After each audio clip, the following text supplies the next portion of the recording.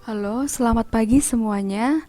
Apa kabarnya? Hari ini kita masuk ke PJJ Ekonomi pertemuan ke-6. Kita akan membahas bab 3 yaitu tentang ketenaga kerjaan. Subtopik yang akan kita pelajari adalah tentang tenaga kerja, angkatan kerja, kesempatan kerja, pekerja, dan pengangguran. Tujuan pembelajaran hari ini adalah 1. Menjelaskan pengertian tenaga kerja, angkatan kerja dan kesempatan kerja, pekerja dan pengangguran. 2. Menghitung tingkat partisipasi angkatan kerja. 3. Mengidentifikasi jenis-jenis tenaga kerja. 4. Mengidentifikasi masalah ketenaga kerjaan. Dan yang kelima, menjelaskan upaya meningkatkan kualitas tenaga kerja. Perhatikan ilustrasi berikut ini. Ini adalah sebuah ilustrasi yang menggambarkan bentuk protes para buruh karena adanya COVID-19 yang menyebabkan dia di PHK.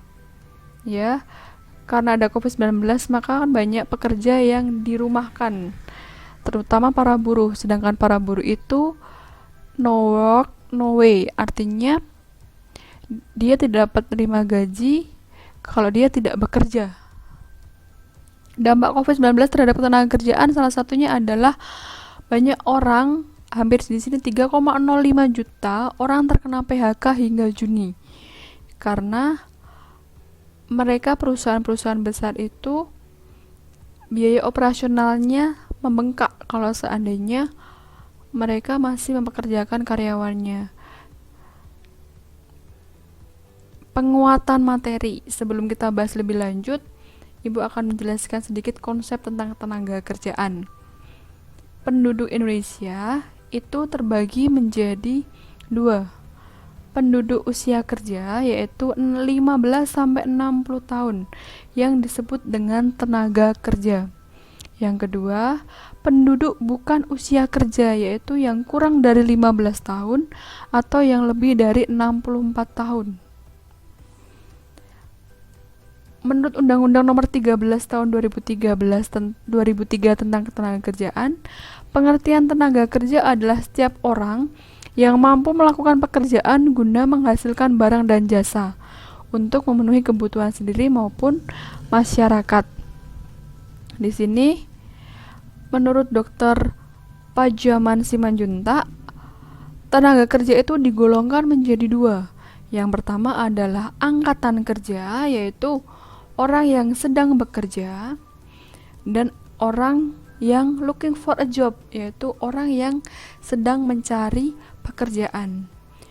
Yang kedua adalah bukan angkatan kerja, yaitu orang yang ada di usia kerja, termasuk tenaga kerja. Usianya 15-64 tahun, namun mereka tidak berniat untuk bekerja karena suatu hal, misalnya lagi menempuh pendidikan, sekolah, kuliah, atau ibu rumah tangga. Di sini ada yang membedakan antara angkatan kerja dan bukan angkatan kerja. Angkatan kerja, penduduk usia kerja 15-64 tahun yang bekerja, mempersiapkan usaha, tidak bekerja atau menganggur namun berusaha mencari pekerjaan. Itu disebut dengan angkatan kerja.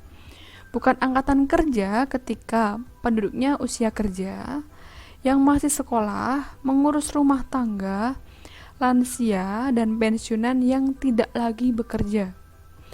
Beda kasusnya ketika sudah pensiun, misalnya PNS itu kan pensiun umur 60 tahun. Dia otomatis masih masuk penduduk usia kerja. Namun setelah pensiun, beliau tidak ingin bekerja lagi.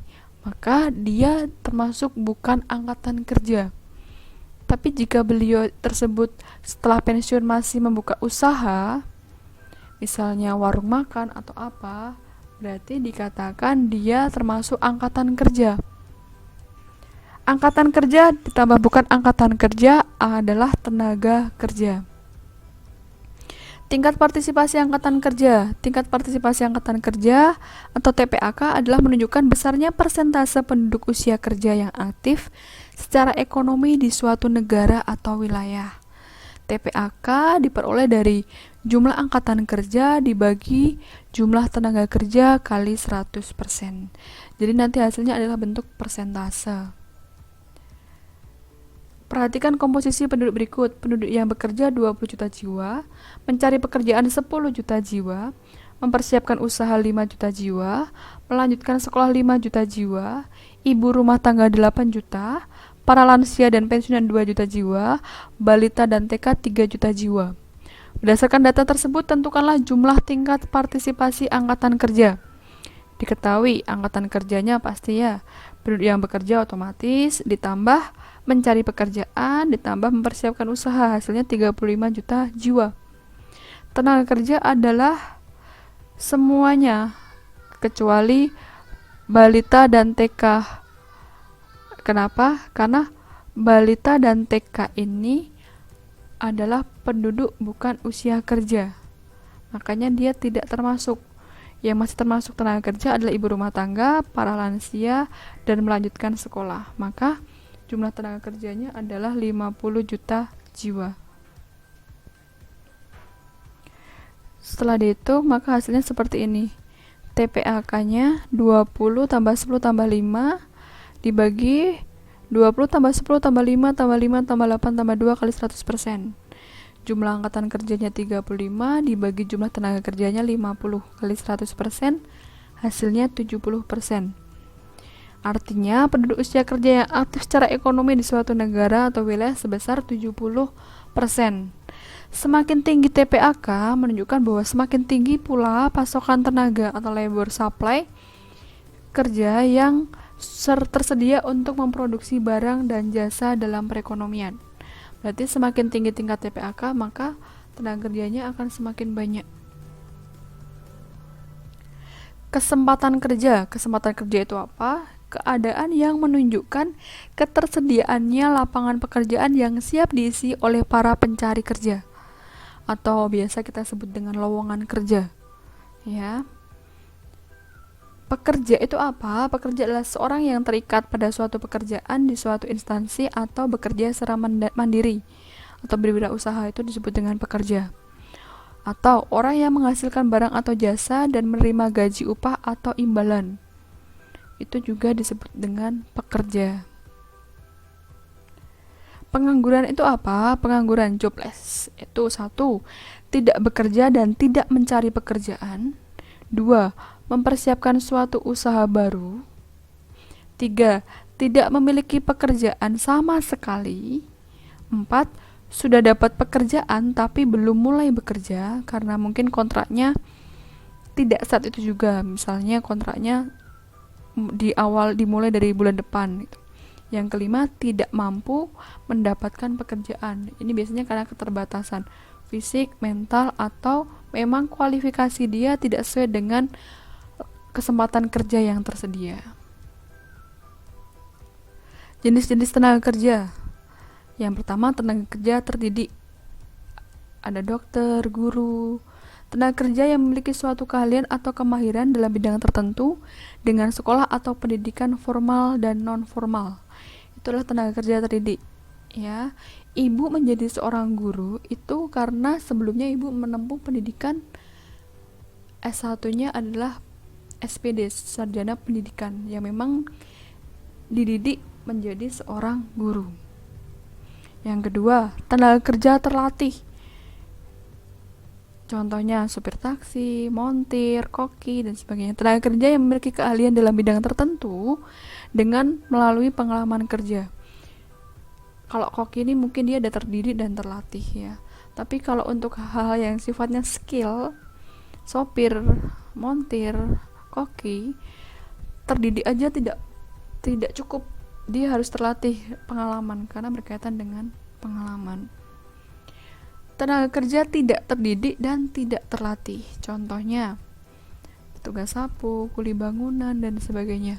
Tenaga kerja yang tidak harus memiliki pendidikan tinggi dan keahlian khusus karena mengandalkan tenaga untuk bekerja. Ya, tidak ada sekolah menyapu, tidak ada sekolah mengangkat batu bata dan sebagainya, karena itu adalah jenis pekerjaan yang mengandalkan tenaga untuk bekerja. Siapapun bisa bekerja asalkan sehat jasmani dan rohani. secara fisik, tidak membutuhkan pendidikan tinggi dan keahlian khusus. Di sini masalah ketenaga kerja Indonesia. 1. Jumlah angkatan kerja yang tidak sebanding dengan kesempatan kerja, maka akan menimbulkan ketimpangan angkatan kerja. Yang kedua, kualitas tenaga kerja yang relatif rendah atau bahkan tidak sesuai dengan kualifikasi yang diminta oleh para pemberi kerja. 3. Persebaran angkatan kerja yang tidak merata. Contohnya seperti ini. Guru di daerah pedalaman dengan guru di daerah kota itu persebarannya tidak merata. Mungkin guru ekonomi di daerah kota Bengkulu tuh banyak, tapi mungkin di daerah Papua sana membutuhkan guru ekonomi. Yang keempat adalah pengangguran. Di sini ada masalah ketenagakerjaan di masa pandemi. Sebelumnya, Ibu mau menjelaskan ada potensi dampak terhadap industri COVID-19 itu ya. Ada potensial winners dan ada potensial losers. Jadi ada beberapa usaha kecil yang di masa pandemi ini justru malah naik, melonjak. Tapi ada usaha-usaha tertentu yang dia malah menurun. Kalau yang naik melonjak itu misalnya, contoh adalah aplikasi Zoom. Sekarang tahu bahwa sekarang kita sering pakai Zoom. Pemilik Zoom itu adalah menjadi salah satu pengusaha yang nilai omset kekayaannya itu naik hampir 64,5 triliun dalam 1 tahun. Yang kedua adalah potensial losernya itu misalnya usaha-usaha yang pariwisata, penerbangan, dan sebagainya. Nah, hal itu menyebabkan dampak COVID-19 terhadap hubungan kerja adalah 1. Pekerja dirumahkan. 2. Bekerja dari rumah. Ketiga, pembayaran upah. Dan yang keempat, pemutusan hubungan kerja atau PHK. Ya, pekerja dirumahkan itu berarti sementara dicuti dulu. Jadi dia tidak bekerja. Biasanya terjadi pada perusahaan-perusahaan yang sifatnya produksi di dalam pabrik. Yang kedua, bekerja dari rumah.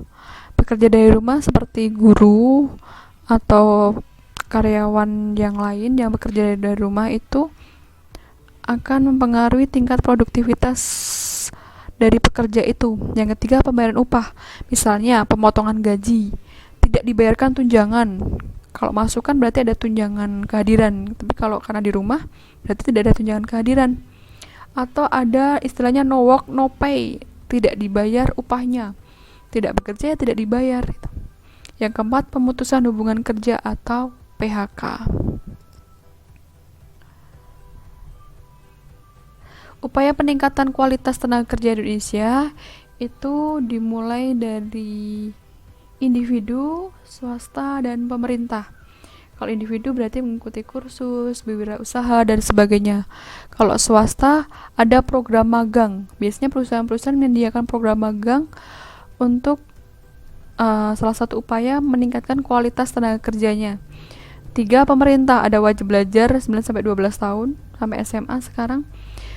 Makanya ketika wajib belajar 12 tahun sampai SMA itu pemerintah mengupayakan untuk gratis uang sekolahnya ketika dia bersekolah di negeri. Yang kedua, meningkatkan dan mempromosikan SMK. Kita tahu SMK, orientasi lulusan SMK adalah orang yang siap kerja. Yang ketiga adalah pendidikan kewirausahaan. Kalian juga mendapatkan ada mapel kewirausahaan. Yang keempat adalah mendirikan berbagai pusat latihan kerja atau BLK.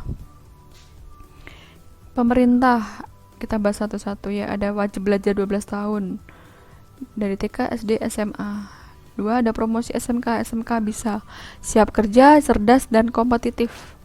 Banyak kurikulum-kurikulum yang secara khusus hanya diajarkan di SMK. Dan itu adalah kurikulum yang mereka menuntut mereka untuk ketika keluar dari SMK dia siap kerja.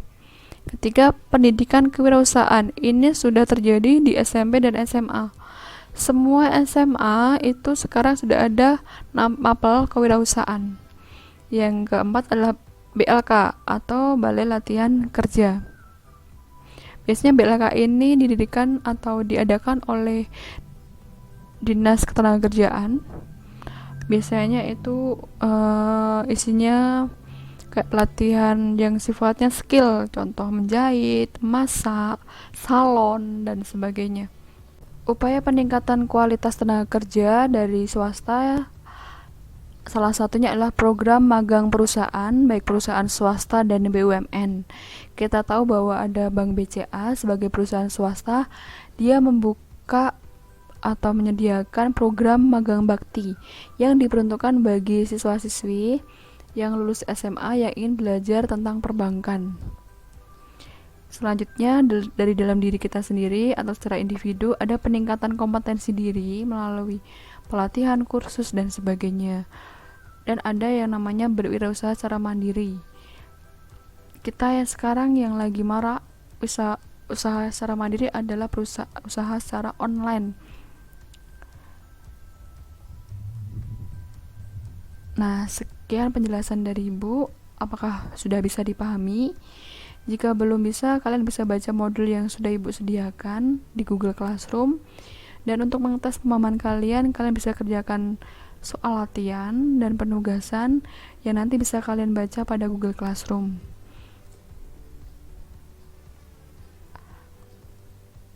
Nah, hari ini kita belajar tentang ketenaga kerjaan. Ada tenaga kerja, angkatan kerja, pengangguran, dan sebagainya.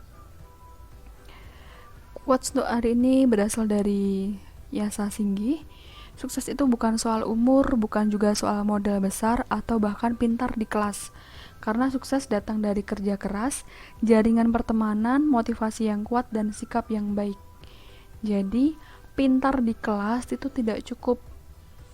Itu hanya sebagai salah satu modal untuk dapat kalian sukses. Kalian harus bisa bekerja keras, jalin relasi dengan sesama dengan baik, punya motivasi yang kuat, konsisten, dan yang terpenting adalah kalian memiliki sikap yang baik, bertanggung jawab terhadap tugas, disiplin, dan selalu berusaha apapun yang terjadi tetap semangat. Oke, terima kasih untuk perhatiannya dan sampai jumpa.